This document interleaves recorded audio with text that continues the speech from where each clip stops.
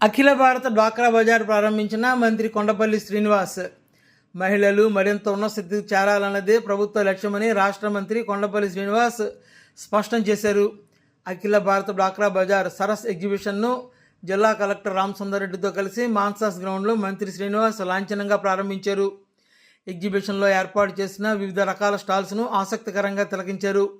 వాటి వివరాలను అడిగి తెలుసుకున్నారు. స్త్రీనిధి ద్వారా 16,034 మంది మహిళా సంఘ సభ్యులకు చెక్కులను పంపిణీ చేశారు. దీనికి సంబంధించిన కరపత్రాలను ఆవిష్కరించారు.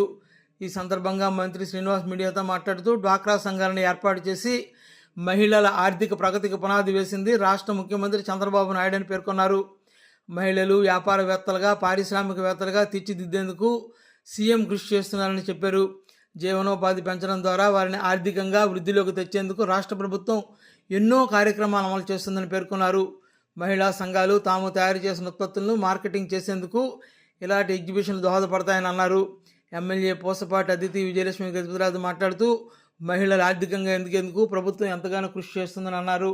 ఇలాంటి ఎగ్జిబిషన్స్ కూడా వారి ఎదుగుదలకు దోహదపడతాయని అన్నారు.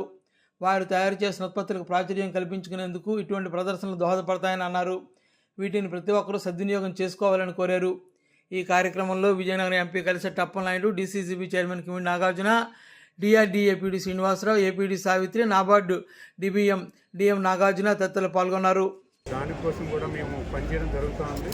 ఎందుకంటే ఈరోజు చాలామంది మహిళలు చదువుకొని ఇంట్లో మ్యారీడ్ అయ్యి ఖాళీగా ఉన్నారు. వాళ్ళకి ఎటువంటి అవకాశాలు కల్పిస్తే బాగుంటుంది, వాళ్ళకి ఆంటర్ప్రినర్షిప్లో కానీ, సెల్ఫ్ ఎంప్లాయ్మెంట్లో కానీ, లైవ్లీహుడ్స్లో కానీ ఏమైనా కార్యాచరణ చేయొచ్చా, లేకపోతే నైబరింగ్ బిజినెస్ యూనిట్ అని ఒక కాన్సెప్ట్ తీసుకొచ్చి వర్క్ ఫ్రమ్ హోమ్ మహిళలకి ఇస్తే ఎలా ఉంటుందని కూడా గౌరవ ముఖ్యమంత్రి గారు కార్యాచరణ చేయమన్నారు. ఇవన్నీ కూడా మనకున్నటువంటి డ్వాక్రా మహిళలు ఎవరైతే ఉన్నారో వాళ్ళ ద్వారా డిపార్ట్మెంట్ లింక్ చేసుకుంటూ అన్ని విధాల మంచి చేకూర్చేలాగా మేమందరూ కూడా పనిచేయడం జరుగుతుంది. ముఖ్యంగా ఈరోజు ఎవరైతే ఈ సరస్ ఈవెంట్లో పార్టిసిపేట్ చేస్తున్నటువంటి మహిళలందరికీ కూడా ప్రత్యేకించి అభినందనలు తెలియజేస్తున్నారు. ఎందుకంటే ఖచ్చితంగా వాళ్ళు కొంత లెర్నింగ్ ఉంటుంది.